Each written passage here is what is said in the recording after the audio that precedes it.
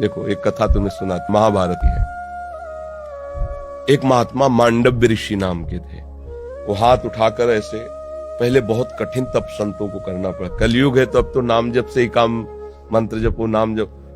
दाहिने पैर के अंगूठे केवल पूरा शरीर का भार रखकर हाथ उठाकर के मंत्र जप रहे। उसी राज्य में कुछ चोरों ने राजा के यहाँ चोरी की, राज कर्मचारियों ने पीछा किया, उनके आश्रम में गए और आश्रम में छुप गए, इस भाव से कि महात्मा के आश्रम को देखते ही राज कर्मचारी वापस चले जाएंगे कि यहाँ कैसे चोर छुपे हो। पर उनकी दृष्टि पड़ गई घुसते देख के। अब वहां गए तो माल सहित पकड़े गए। तो उन्होंने सोचा कि महात्मा ने ये नाटक कर रहा, चोर रखता है और चोरी करवाता है। तो उसी अवस्था में मांडव्य ऋषि को भी ले गए और राजा के सामने पेश किया कि समस्त चोरों को पकड़ लाए तो उनका शूली की सजा दे दो। शूली की सजा बड़ी भयानक होती थी। एक भाले जैसे यंत्र में ऊपर से सीढ़ियों से ले जाकर उसे छोड़ा जाता था, गुदा द्वार से वो जितना घुस जाए भाले जैसा, अब वो उसे में टंगा है।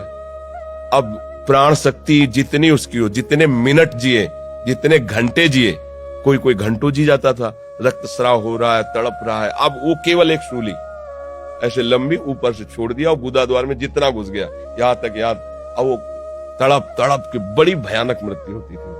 महात्मा को भी ऐसे किया गया। वो तो साधारण जीव थे, सब मर गए। जो इस सूली गई गुदा द्वार से अंदर सुचेतना जागृत हुई, लगाया पद्मासन, उसी पे बैठ गए सूली पे। अब ये तो योगी थे। अब वहां बधशाला में तब जाया जाता है जब दूसरा कोई राजा है, तो 2-4 रोज तो हो ही जाते थे अपराधी। तो दूसरे दिन उतारने गए तो वो तो सब मरे थे और ये पद्मासन में बैठे थे। भाग के गए राजा से, बताया। राजा ने कहा ये तो बड़ा अपराध बन गया, कोई ऋषि आ गया, तुमने वे क्यों नहीं बताया ऋषि। अब आगे गौ करके, ब्राह्मण करके मर्यादा थी कि गौ ब्राह्मण सामने है तो दया कर देते थे ऋषि जन, फिर साप नहीं देते थे। पहले बड़ा पावर मंत्रों का होता था।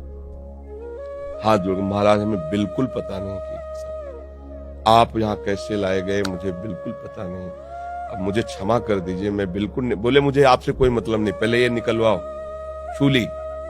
लाख कोशिश की गई, सूली निकली नहीं। तो उनका काट दो, ऐसे काट दिया गया, सूली काट दी गई। सीधे वहां से अंतर ध्यान हुई, धर्मराज के पास पहुंचे, क्योंकि पावरफुल महात्मा थे।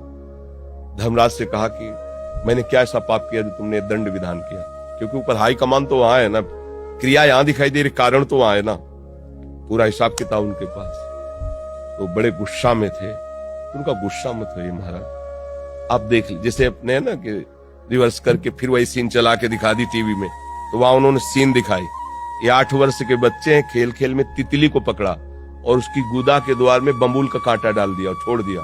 तड़प तड़प के तितली काफी समय में, बम्बूल का कांटा बड़ा होता है, तो जानते उसका परिणाम क्या आया, सूली उनके गुदा में डाली गई महात्मा होने पर भी। अच्छा, गुदा से कांटा निकाला नहीं तो सूली निकली नहीं। यह केवल मुंह जबानी कथा नहीं, महाभारत में भगवान व्यास देव जी ने इसको लिखा है। तो उनका नाम हुआ अणिमांडव्य। तब उन्होंने कहा कि हम नया नियम बनाते हैं, 14 वर्ष तक के बालक के पहले के अपराध जो है वो नहीं माने जाएंगे, वो मैं क्षमा करने का विधान बनाता हूं। और तुम मुझे बालक को इतना बड़ा दंड दिया उस खिलवाड़ का, इसलिए तुम मृत्यु लोक में जाओ, 100 वर्ष के लिए मैं तुम्हें शाप देता हूं। तो वही विदुर जी के रूप में आए, साक्षात धर्मराज। अंश से युधिष्ठिर है लेकिन साक्षात धर्मराज विदुर जी के रूप में आए। अणिमांडव्य ऋषि के आज भी वसूली वैसी है।